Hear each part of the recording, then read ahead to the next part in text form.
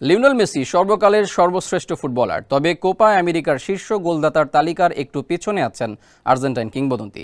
Copa America Argentina football টুর্নামেন্টগুলোর মধ্যে মর্যাদাপূর্ণ আসর। 2021 সালে ব্রাজিলকে হারিয়ে সর্বপ্রথম এই ট্রফিটি ছুঁয়েছেন মেসি। এরপর কাতারে জেতেন আন্তর্জাতিক ফুটবলের সবচেয়ে মর্যাদাপূর্ণ ট্রফি। এবার কোপা রাখার মিশন আর্জেন্টাইনদের। আগামী 21 জুন থেকে বসবে কোপা আমেরিকার 48তম আসর। হতে পারে এটি মেসির সর্বশেষ কোপা।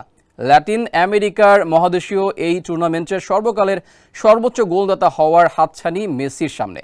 তিনি কি পারবেন কোপার সর্বকালের সর্বোচ্চ গোলদাতা হতে?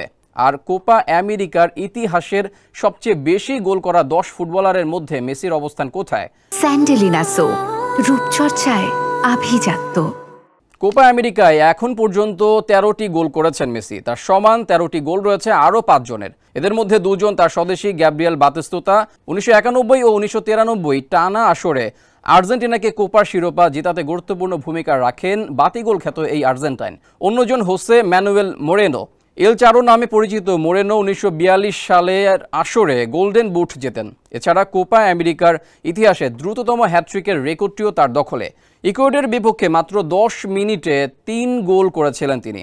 এ পর্যন্ত 34 ম্যাচে 13 গোল করেছেন মেসি। প্রতি 224 মিনিটে করেছেন 1টি করে গোল, আর তার অ্যাসিস্ট আছে 17টি। এরই মধ্যে কোপা আমেরিকায় সর্বোচ্চ গোল সহায়তার তালিকার শীর্ষে উঠেছেন লিওনেল মেসি।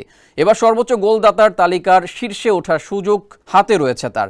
আর 4 গোল করলেই ব্রাজিলিয়ান তারকা জিজিনহো 17 গোল রেকর্ড ছুঁয়ে ফেলবেন লিওনেল মেসি। 5 গোল পেলেই উঠে যাবেন কোপার সর্বকালের সর্বোচ্চ গোলদাতার শীর্ষে।